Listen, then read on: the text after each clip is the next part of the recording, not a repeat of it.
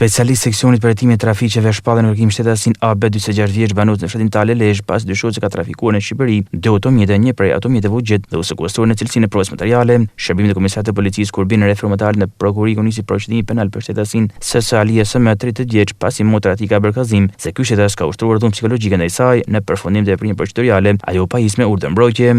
Po këto shërbime reformatare në prokurori për vlerësim pasi në aksin rrugor Thoman Milot ka marrë flak automjetin në pronësitë e shtetases EB 31 vjeçe, ku paraprakisht dyshohet se zjarri ka rënë si pasojë një defekt teknik. Ndërkohë rreth orës 19:30 të mbrëmjes së djeshme në lagjin Gurra në Lezhë, në dyqanin tim Vegla Punë është gjetur pa shenja jetë shtetasi AM 42 vjeç banues në fshatin Lalm Lezhë. Nga veprimet e para timore nuk janë konstatuar shenja dhune dhe paraprakisht dyshohet se vdekja ka ardhur për shkaqe natyrale. Ndërkohë dyshohet se nëna e tij shtetësia PM 72 vjeçe pas marrjes së lajmit për humbjen e jetës së djalit të saj në gjendje të rënduar psikologjike dyshohet se ka varur veten, e cila u gjetë pa jetë nga familjarët në ambient të banesë në fshatin Lalmiri në Lezhë.